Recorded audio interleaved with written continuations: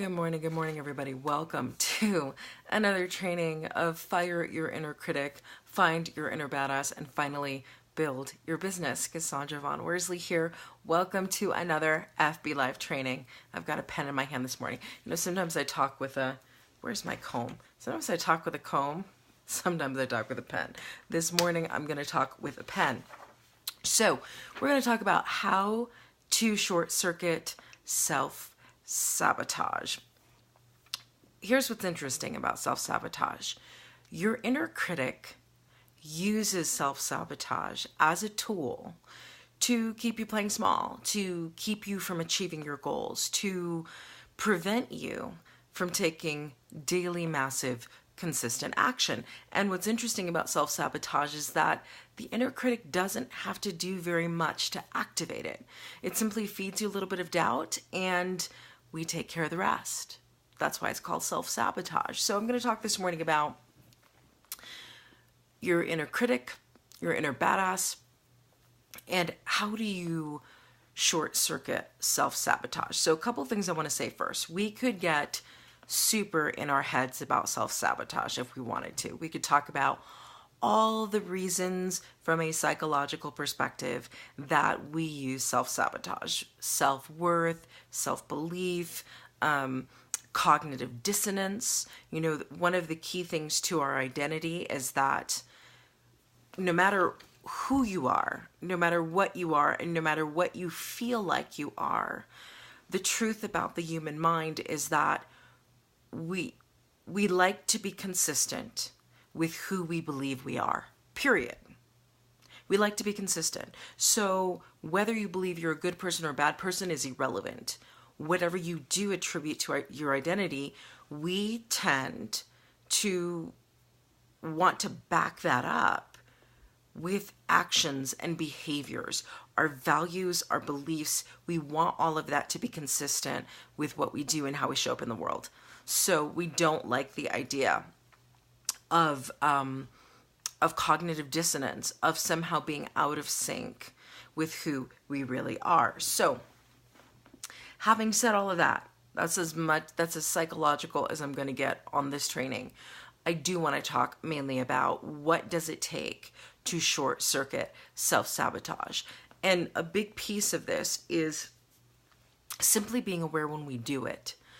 Being aware when we use the tools of self-sabotage, because your inner critic, until you transform it into your powerful mentor, is not going to clue you in as to when you self-sabotage. So you want to first start to get aware. What are your tools of self-sabotage?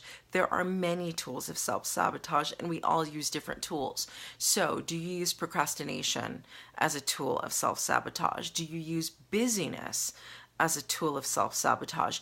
Do you use self-defeating behaviors like overeating, overworking, addictions? And here's the thing that I want to say about that. So most people have a tool of self-sabotage that they use. So it's not about blaming ourselves or faulting ourselves for the tools of self-sabotage that we own.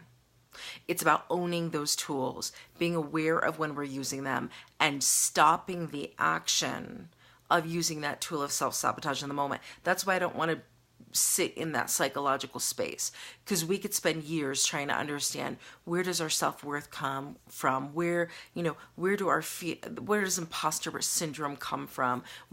We could spend decades of our lives trying to figure ourselves out. That is not the answer to short-circuiting self-sabotage. Let me tell you what the answer is. Identifying your tools of self-sabotage, being aware of when you self-sabotage, being aware of where your self-sabotage is leading you to. Notice I didn't say being aware of why you self-sabotage. Doesn't matter why. Doesn't matter why you do it, because at the end of the day, you're still doing it. So the understanding the why behind your self-sabotage does not lessen the power of the self-sabotage you're using in the moment. So we're going to kick why to the curb for a second, right? We're not going to focus on our why when it comes to what we're doing with self-sabotage, but the awareness, the understanding of the tools that we use to self-sabotage, and then really cutting it to the quick in the moment that we notice it by doing an opposite behavior, by stopping the tool of self-sabotage. So if it's procrastination, that means putting together a no more procrastination list and handling whatever's first on that list today, immediately. That is the way we short circuit that tool of self-sabotage. It means if busyness is your tool of choice when you self-sabotage, that means you stop doing the busy thing in the moment you notice yourself doing that, and you go, wait, what is my most important priority? What is my biggest life goal?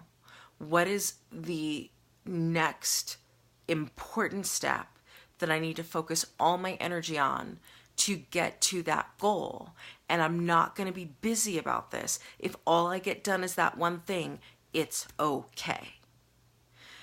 The other thing that we've really got to do is, and this is really important, you've got to have an accountability partner in your life. You've got to have somebody who is going to call you out on your self-sabotage. There's going to be a lot of times when you self-sabotage and you have enough inner badass in you to be aware. So let me backtrack for a second. It takes a fraction, a little bit of your inner badass to be able to call yourself on your own stuff. And we all have enough inner badass to do that. But if your inner critic is way stronger as a part of you than your inner badass, you're going to need some help, at least in the beginning, to call out those self-sabotage moments. So having an accountability partner, somebody that you say, listen, I said I have this goal. Let's say it's losing weight. I really want to lose this weight. It's super important to me. I want you to call me out on my shit when I am not doing what I say I'm going to do. Or I said I want to build this business. When you catch me not doing the things I said I was going to do this week for my business, call me out on my stuff. And as long as you trust that person and you chose the right accountability partner, like some people choose judges as accountability partner. And I don't mean judge in the formal professional sense. I mean, some of us choose really horrible accountability partners. We choose people who are more like our inner critics than anything else. We choose people who don't hold themselves accountable, so they have cognitive dissonance. They don't live what they say they live. We choose people who don't want to see us win as accountability partners. Don't choose those people. Choose people who want to see you win, who clap when you win, who are living in accountability themselves. Either they have a partner or their inner badass is strong enough to do it for themselves. And choose people that you will listen to and you will not get offended by when they call you on your shit. So choose the right accountability partner. But get somebody who's going to call you out when they notice that you're falling into a pattern, that you're using a tool of self-sabotage. Here's the other thing. You've got to use inevitability thinking to short-circuit self-sabotage. So inevitability thinking goes like this. If I create an environment that makes it extremely hard for me to fail, then it almost puts me in a position to activate my inner badass and not my inner critic. And then even with self-doubt present in the car, I am still driving in the direction that I want to go. So inevitability thinking means, how do I set up my life? How do I set up my work? The way that I set up an alarm clock, the way that I put my clothes out the night before, the way that I study for an exam. How do I set up my life so that it drastically reduces the chances of me using a tool of self-sabotage and drastically increases the likelihood that I will just get up and take the action I need to take? That's inevitability thinking. When people take all of the sweets and the junk food out of their house, they take all of the crap out of their fridge, and all they're left is with clean food and water. That's an example of inevitability thinking. Yes, you could go to the store and you could buy candy bars, but it's going to be much harder for you to do that than if it was already in the house. So you create an environment where it's hard to not follow through on what you said you're going to do. So that's how you short circuit self-sabotage. Now let me talk for a second before I end this training on a couple things to really think about when it comes to self-sabotage. We all have it. So do not do the blame, shame, guilt game about the ways in which you've self-sabotaged for years. we all got it. So you can just make it okay that self-sabotage exists, that the inner critic uses it, and now we're aware that where we use it specifically, what our tools of self-sabotage are. So we're not going to feel guilt about that. Number 2, in any moment, you can change the game on self-sabotage. It is not a one and done thing. It is not a forever thing. Just because you've always operated in the mode of self-sabotage does not mean that today is not going to be the day where you totally shift out of it. Today could be the day. And the best part is you get to choose. Last thing about self-sabotage that is so important to know, and I'm thinking I'm losing the thought that I just had. Action. That's why the inner badass is so important. Action is the key to getting out of self-sabotage. And any action forward in the direction of your biggest goal or dream will do it. Doesn't have to be big action, doesn't have to be massive action. Any forward movement, and especially consistent forward movement, will reduce your level of self-sabotage. So it's important to understand that self-sabotage is not a one and all cure. It is not a one and done thing, but any action forward will take care of it, which again goes back to what I talked about yesterday with 5 ways to get and keep momentum. Movement, music, watching movies, and I just lost my lighting. Watching movies that make you happy. Action is the key to overcoming self-sabotage. And final point, self-sabotage happens in conscious and subconscious ways. So the reason why you want to develop that inner badass is because the inner badass part of you, when it becomes more powerful than the inner critic, when it is activated more easily than the inner critic, when you tap into it, it helps any kind of self-sabotage that's happening on the subconscious level. You can handle the conscious level self-sabotage, but subconscious has got to be a process of moving from being primarily in your inner critic to primarily in your inner badass, which leads you to letting your higher self run the show. So, biggest thing you could take away, action, forward movement, not busyness, not procrastination, not any of your tools of self-sabotage. Figure out what your tools are, but action. Take action. And it's not about having the whole plan. It's about just saying, what's my next step?